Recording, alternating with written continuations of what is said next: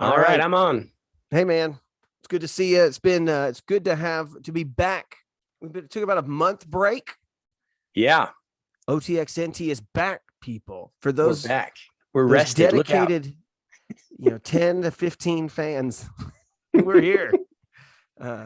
Unless that's you and I just rewatching it. And then I guess you and I are excited that we're back together. But that's all that matters is I like this with you. So my weekly update with you. All right. What are we talking about today? Today, we're going to address the Lord's Day. We've talked about it, talked around it. So we're going to dig into the idea of the Lord's Day, the Sabbath. Is there a correlation? Is there not? What does that mean for how we should act on Sunday? Yeah, for sure. I've got some questions I'd love to throw at you too. So yeah, well, it's let's fun. get We're just started. thinking out loud. So let's go ahead and pray, and then we'll jump into the topic. Join with me in the Lord's Prayer. Our Father, who art in heaven, hallowed be thy name. Thy kingdom come, thy will be done on earth as it is in heaven. Give us this day our daily bread, and forgive us our trespasses as we forgive those who trespass against us. And lead us not into temptation, but deliver us from evil. For thine is the kingdom and the power and the glory forever and ever. Amen. Amen.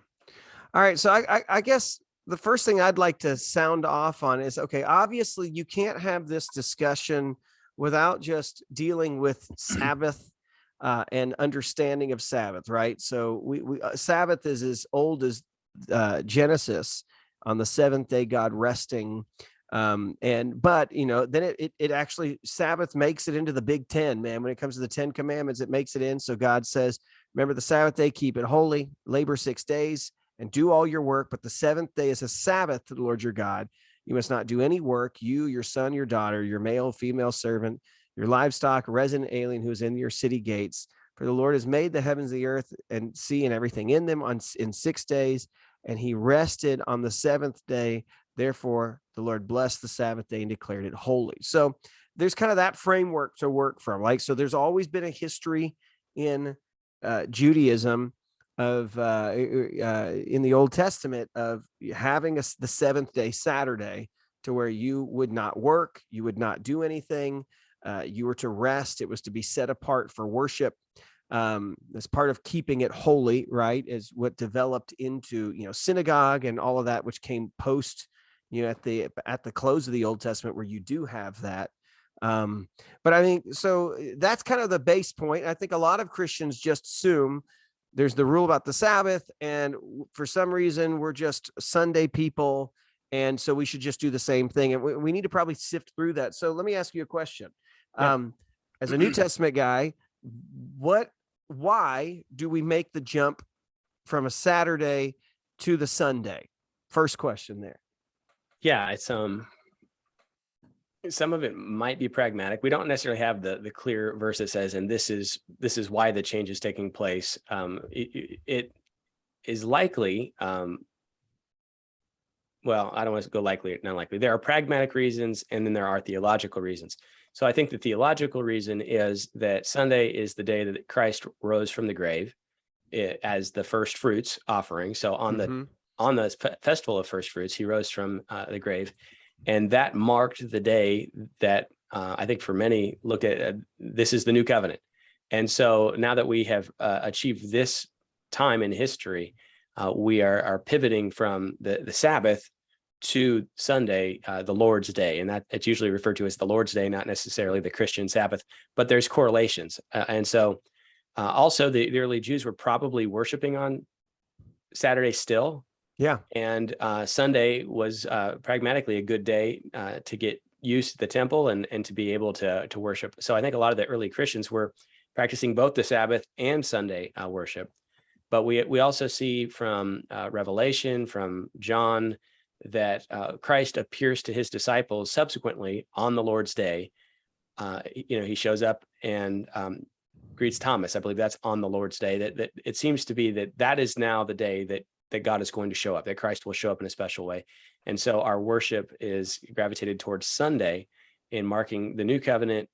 The Christ has come, sin is paid for. And so that is when we gather. That's when Christ has chosen since to show up and be among his people. And so what practices had been Saturday seemed to shift to Sunday for those two reasons. Yeah, so that makes a lot of sense. So technically speaking, when we say Sabbath, it's Sunday is not Sabbath. It's not the Sabbath, but we take the principle and it's kind of shifted towards that's how we try to view Sunday for us is we use the Lord's Day um, as it would be the Sabbath. And so I guess, there's questions about can we do that? Should we still have a Saturday? Is it gone? And we do know that that Jesus. I guess that the way you look at laws too, right, is sometimes we talk about what carries over from old to new covenant and whatever has been affirmed by Christ. That's also something that you look at. And that's one way to look at it. And there's the other idea to say they're all relevant for us today, too, at least in principle. And so I think that's a big one, right? The principle should be there. What principles are we seeing from the old law because it's God's wisdom for us? But yeah, I mean, you think about obviously Jesus did fulfill the Sabbath. He says that about himself. We know that the Sabbath is something that even later on, right? Paul gives us a little bit of a debate that it's not essential, like which day necessarily that is that we Mhm. set apart. But yeah, I mean, that's kind of a theological thing. Like I think it's important for Christians to say, we don't just say, yeah, we're Christian now, we throw out the Sabbath. No, I think we need to really think through why we pick one or the other, or do we do like the early and just say actually Saturday and Sunday should be both kind of set apart for us? What are your thoughts? Well, I think, yeah, the Romans passage, Romans 14, one person judges one day to be more important than another day. Someone else judges every day to be the same. Let each one be fully convinced in his own mind. So in light of the new covenant, not being under the law, but rather living in the fulfillment of the law, we're not obligated to worship on the Sabbath or to treat the Sabbath as more special.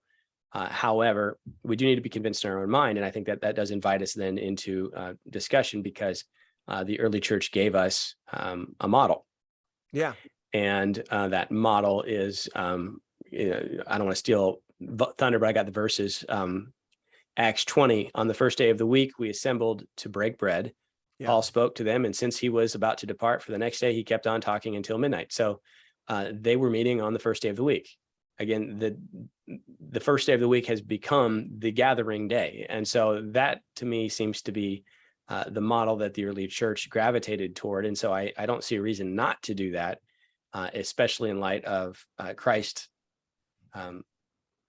not only rising from the dead that day, but making subsequent appearances. If we go to Revelation, John says, I was in the Spirit on the Lord's day. And so by the time that Revelation is written, people recognize the Lord's day, and he was in the Spirit. And then, of course, that's the day he's invited into the heavens to receive the vision from God. And so this seems to be a pattern and a type that is not obligatory, but in the freedom I have in Christ, I would want to honor him in this way. So I think Sunday is the day for believers, just as the old covenant was completed in some sense, and Christ now establishes the new covenant, the new creation, the first fruits.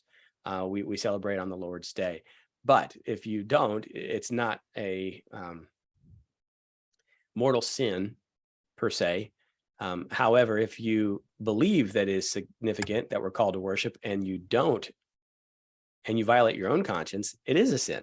And so these are things that we need to work out, but it's some of the things that are worked out through faith in Christ and obedience to his Spirit. So, okay. So, I mean, I guess going through that passage that Paul brings up in Romans, right? When you're looking at Romans 14:5, when he says one person esteems one day as better than the other, while another esteems all days alike, each one should be fully convinced in his mind. I mean, that does, at least for us, kind of bring some freedom of, I've thought about this too, like churches that are in areas where you've got a lot of people who the way that their schedule works, that Sundays everybody's working. So if you do something like a Saturday evening or a Friday, like that's not a problem because it's not about the specific day. It's about, the Lord, all those belong to the Lord. But I do think there's that piece that we should model, right? Like, I mean, I remember growing up, I think as a kid, living overseas, for the most part, I never went to church on a Sunday morning because in the Islamic world, Sunday through Thursday is the work week. Friday and Saturday are the days off. And so as a kid, I'd always be in school from Sunday through Thursday. And so church for us was usually like Friday night or Saturday night. That's where we went. That's when the international church met was, and so I don't think there's anything wrong with that, especially depending on your culture of where it is. Yeah. But that practice that you bring up of gathering together, like what you see the early church doing, that should be happening. And I'll say this, it should be happening in the life of the church. It should be happening in the life of a Christian, because I think what happens sometimes is a Christian might say, well, Jesus is Lord over the Sabbath and it's not about Sunday. And so I'm just blessing the Lord, by, sleeping in and enjoying his creation. You're not following the model that was about, to gather, to take the Lord's Supper together, to take the ordinances together, to celebrate with the people. That should all be taking place when you gather. Right. And you're not doing what was modeled for us. So that's kind of the first, I think, at least church-wise, I think it seems to be clear that we need to have a day that we gather. Right. And that's the thing, is it's only one day. So, pick a different day and go do your lazy day thing, and why are you picking the moment that the church has chosen to gather? So be that Friday night, be that Saturday night, be that Sunday morning, Sunday evening, your local congregation that you're a part of, that is depending on you as members of the body, and you're depending on it for support. Why choose that brief window of time to worship apart? And that's the thing, every day is under the Lord. Okay, you had all the other days, you can spend time with the Lord, you can have individual time, you can go on a retreat, but when the church has chosen to gather, I think you ought to be there. And going back to Saturday, this is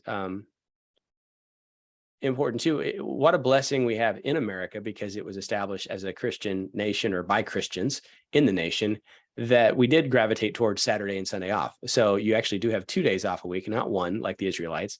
And you get that opportunity to have a day of rest and a day of worship. And so really, I don't think that was mandated intentional in the sense like we have to honor both days, but it's kind of wonderful that we have a society where we can. Yeah. But and for me as a pastor, I try hard to not have much to do on Saturday in terms of work. I almost kind of go old school, and it's like, all right, I'm going to be dusk to dawn, or a dusk to dusk type Sabbath, and maybe run Saturday night through up to Sunday night, and kind of say that's my worship window. But because sometimes Sunday nights I am trying to get a jump on what's coming. But it doesn't have to be legalistic. It's just kind of trying to figure out exactly what is the best way to take care of my body, to take care of my spirit, because Sabbath is for us. It's not for God. Yeah. So as a pastors, a lot of times, if we just look at Sunday, we just work ourselves all day, and it's not really a resting day for the pastor. Now it's a wonderful day of worship, but I think pastors need a day to rest. No, and I think, that's an important piece too, because even Jesus brings that up as he's talking about the Sabbath, that the fact that, even the Levites have to, they we don't have a problem with the fact that the Levites are the ones working throughout the Sabbath. And that's something he brings up, like in Matthew 12, he uses the story about David. And then he even talks about, or haven't you read in the law on the Sabbath days that the priests in the temple violate the Sabbath and are innocent? Like there is always even some freedom even in the Sabbath laws, of understanding that, like, for those who are working, like that's their day, and they were going to have to find some other way to rest. And that gives you some insight, right? I think Jesus is shrewd to put that in, to talk about it like that. So that's something I think about, which day, how do you do it? I do want to think about this idea of, keeping it holy, because I think we get, as a church, I think it's pretty simple for us as Christians to say, I get that I should gather, the church should be together. And, if you're looking at the reality is that, really Sunday was never a day off until Constantine decided that he was going to give Sunday be the official day of rest. So up until that point, the church is either gathering or they're early in the morning, like they're making effort before they go to work, those kind of things. And I think that's a good practice. Think about too, of like, do you have Bible study? Is it that important? Like, they were dedicated. That being said, we get that the gathering piece, gather together, be with each other, make Sunday be your day. If your church is in a different context and you're on a Friday evening or a Saturday evening or whatnot, gather together, be to church. But how do you think a Christian family who is celebrating the rest that is given to us, that's been patterned by the Lord? I think that's a big thing we should remind ourselves, right? It was a pattern. He patterned rest. He didn't need to rest, but he did rest for us. How should we celebrate that besides making it a priority to go to church? And I will say, last thing, you've said many times, right, that gathering for church is one of the biggest things you could do that will change your family and you. It's like making that a priority. That's a huge deal. But what else do you think it means? That when he says to make the Sabbath holy, I think we should think about, how do I make my rest day or my day that I'm with for church holy? What do you think? Yeah, I think that's where it's important. It's not just a day of rest, it's a day of worship. And so part of it is putting our thoughts and our attention and our worship towards God on that day. And so, church is part of it.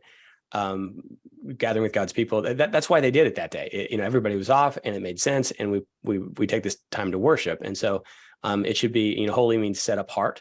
So it's set apart for the worship of God, and it's just set apart for rest. So I think that we really should incorporate those two ideas. I don't like when sports begin taking over Sunday.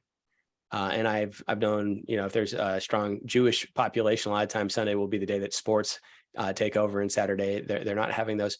As Christians concede Sunday, I don't think it's a sin, but just recognize what we're doing. As we have our club sports on Sundays and we do all these things on Sundays, they bleed into church, and eventually you don't have that day. And as society began having people working on Sundays, and so, what's interesting in Tucson is that all the car dealerships are closed on Sunday, which is so weird because you go to Phoenix to buy a car on Sunday because the dealerships here are closed. But it's like an old honoring of the old blue laws of things being closed on Sunday.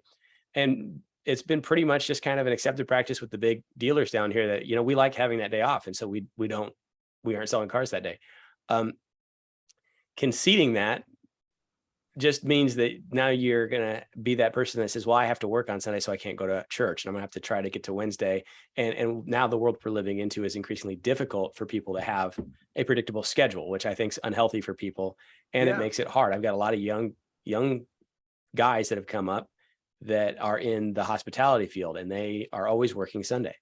And I have to remind them, well, at least come Wednesday night, you need to set some time aside. But the reality is that, we've been blessed to have the opportunity in our country to do what we can. So making it holy, I jumped a little bit further ahead there. I think is, again, dedicating it to the Lord, and then dedicating it again to rest. I'll confess, we usually go to McDonald's on the way to church Sunday morning, and it doesn't bother me that much. But there are days that it bothers me a little bit, because it's like I'm perpetuating the business model that's making these people work on Sunday. But at the same time, I'm resting because we didn't have to make breakfast. So I don't know. What do you do with that? Well, that's a big question, right? Of that we wonder about. And I've thought about this because I was listening to someone talk at one point, and they had said, they talk about like that. They're talking about their experience with Mormons, LDS, that were like, they're hardcore, like they're not going to eat at places after, like they go straight home, and they are in the home on on their Sundays. And I thought it was an interesting discussion to think about, like, what about Christians? Because I think we're always, it's always the joke, right? That we're we want to get out early enough to beat, the other people to the restaurants. And right. And that is a real, I mean, it is a real struggle, right? Like if we go long, the line at Jason's Deli is going to be much longer. And so come on, let's get with it. And so there is that piece, but like, is there a problem with going out to eat? Yeah, because the old days, you go and there's always something that was cooking at the house or crock potted or whatnot. And I wonder so much, how much is that is carry over? Like, I know that like in Israel, when they were told about the Sabbath rules, like especially during the Torah, um, they were not to make food because God was going to have it all for them already on the sixth day, right? And you're being told that, especially in some of this stuff that you're going to rest. Okay, seems like some of that would be difficult to if you're making a big meal, that's can be a pain. Which is like when you go to Judaism today, is Judaism is very hardcore about we're not gonna make food, and so they have their Shabbat ovens and hot plates and things that will cook it, and they don't have to turn it on that day. Like it's just sitting ready to roll, and they go as extreme of lights on and off, and what that means to work. But I do go back to, okay, business. Should we do something about, should we participate? And this is something that got me thinking more recently. This is the thing that just kind of made me wonder. We got Diana and I usually Fridays try to have our time where we read together, and we finish Ezra and Nehemiah. And Nehemiah, one of the big things it's kind of almost like in Nehemiah, it's like, guys, if I could just get you to do one thing, like let's just work on the Sabbath. Like, let's work on keeping the Sabbath. Right. Mm-hmm. And so, like you'll see like Nehemiah 10:31, it says, when the surrounding peoples, this is this vow everybody's going to be part of, right? When the surrounding peoples bring merchandise or any kind of grain to sell on the Sabbath day, we will not buy from them on the Sabbath or a holy day. We will also leave the land uncultivated in the seventh year. Then you see a little bit later in another passage, it says, at that time, I saw people in Judah treading wine presses on the Sabbath. They were also bringing in stores of grain and loading them on donkeys, along with the wine, grapes, and figs, and all kinds of goods were being brought to Jerusalem on the Sabbath day. So I warned them against selling food on that day. And the Tyrians living there were importing fish and all kinds of merchandise and selling them on the Sabbath to the people of Judah and Jerusalem. And I rebuked the nobles of Judah and said, what is this evil that you're doing, profaning the Sabbath day? Didn't your ancestors do the same, so that God brought all this disaster on us, on our city? Now you're rekindling his anger against Israel by profaning the Sabbath. So that's Nehemiah 13. And so, okay, so obviously the idea of treading and buying and selling seems to be from a business thing, is, that it's like, you don't need to make money this day. You need to take the day off. You need to rest. Right. But there is that piece of like, it is interesting that Nehemiah is like, look, these Tyrians have brought in all this fish, and, they're selling them. We're not going to buy from them, to the point of like, even later on, like right after that, he closes the gates up and he tells the merchants, don't come back on the Sabbath until it's over. And so that made me think about this more recently of like, is that I guess the way I look at that is say, is that something that is normative for us, or is that really more descriptive of the way that they were saying, like, I'm going to do this. I just need to do this for the people. And there's a part of me that thinks that, right? Like we really got to nail this down for the people. They're not doing this. We're going to shut it all down. Yeah. So I don't know. I think about that of like, well, there's a verse, right? Don't eat and buy and sell. Like, you shouldn't go to Walmart, get it all done before. But then again, I don't know if it's as strict. I think there's freedom in the Sabbath, being a new covenant people, that makes me pause. What do you think? No, I think you're right. And again, it's a good example of the difference between being under the law and not. At the same time, we agree that there's principles at play with what God was doing in the law. And so, there are some things that we could say would be good because it would be a testimony. Every Christian I know gets surprised on their way home from church when they're like, let's get Chick-fil-A. And then they're like, oh no, it's Sunday. One day I want it. Yeah. And it's a testimony. Again, every time you're like, God bless Chick-fil-A, because it's a testimony that they're standing on principle, and that principle is rooted in Scripture. And so you're kind of like, that's awesome. And so I think that we have opportunity by emulating these laws to testify to ourselves, to our kids, to our families, to the people at the restaurants. If Sundays just were not worth it to these fast food places and these restaurants, then they wouldn't be open on Sunday either. And the Christians have the capacity to bankrupt that day if we wanted to. So I don't know that it's legalistic. I mean, I think it would be legalistic. I don't think we're required to do that. But, the question I'm always looking for is like, how can I do better, Lord? How could I do more? The Old Testament didn't play around. I mean, the first example you get after the law is given is them stoning a guy for working on the Sabbath. And so it was real, and it was a theocracy. I don't think we're held to that same kind of accountability there. But what principle was at play? And wouldn't it be nice if we treated Sunday in the same way with the same care? I think we probably ought to. It's just kind of I'm not going to be super guilty if I don't. But if I was king of Arizona, I might think a little bit more like Constantine and say, you know what we're going to do is we're just going to mandate this from the top. I think that's more of the secular or the governing sphere rather than the church's requirement. And that's what you see with Ezra, Nehemiah. They are working in that governing sphere, and they're trying to say, okay, what can we do from a legal position to enforce? I mean, they shut the gates down. They made it where it's over, right? And I think that's probably the thing is they did their part to say, we're going to shut this down as a government. And because how it is like, okay, I'll just stop by and I'll buy these things on the way home kind of a thing. Yeah. And so when you don't have those in place, it really, it's rest. It's not rest for me. I mean, it's rest for me to just go and eat somewhere. But somebody else is going to work. And I guess that kind of makes you think too of like, okay, just about options as a church. Like if we really believe that the Lord's Day is any day, and that we should be gathering, but do we create other opportunities?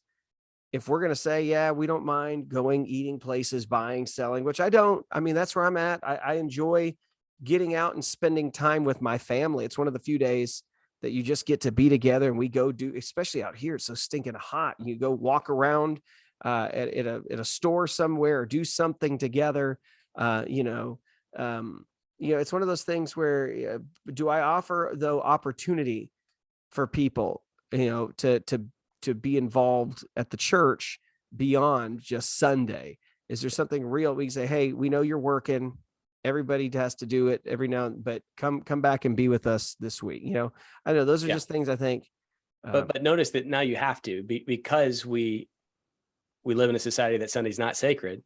Now I've got to work more days. Where before there was no excuse. Everybody, can be at church on Sunday, other than maybe some very specific industries. But then we had 2 services on Sunday. And so you could at least make one of the 2, depending on if you worked in that morning. Hopefully you'd be free in the evening. And I'm thinking of medical industries and things that, don't operate in the same way.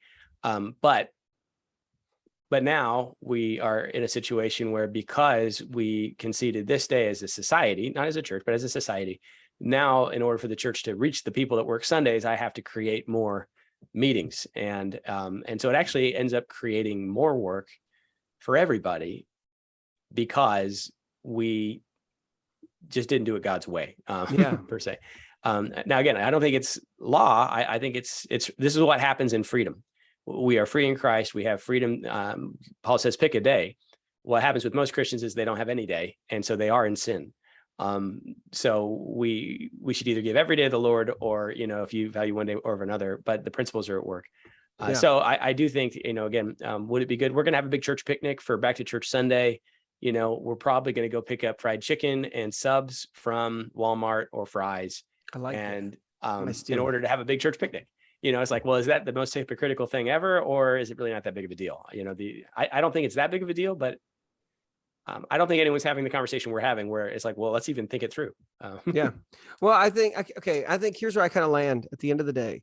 If we're going to have a day of rest, we should have a day of rest. I think everybody should. This idea of working all the time, never resting, you should have a day of rest. And you should also think that one of my days, I need to have a day that I make a holy day, a day where at minimum, I recognize the Lord and I go to be with his people, and I gather for for worship, right? And I don't even think we're doing that anymore. We're not even giving the minimum of making it holy.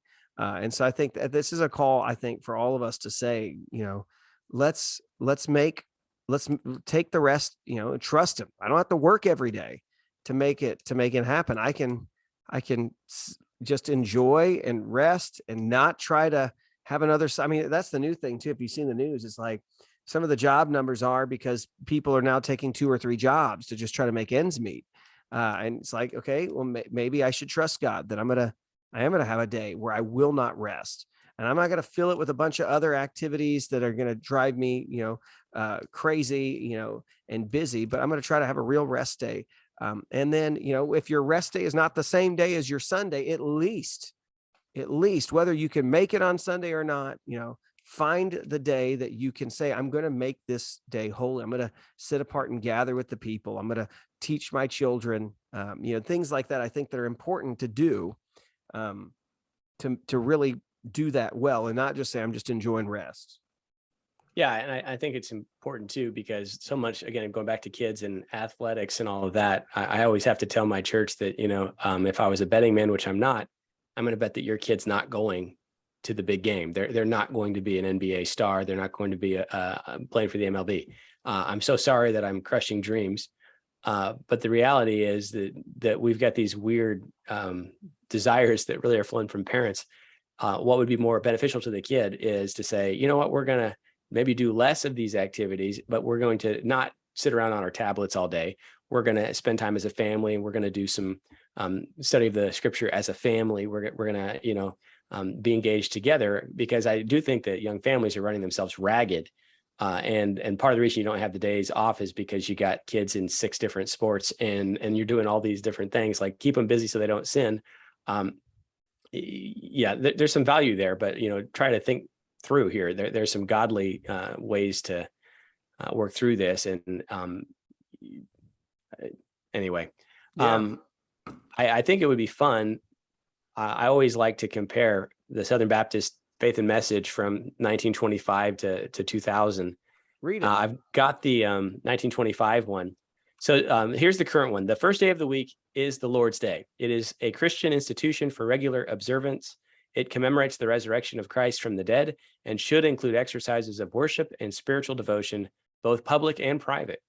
Activities on the Lord's Day should be commensurate with the Christian conscience under the lordship of Christ.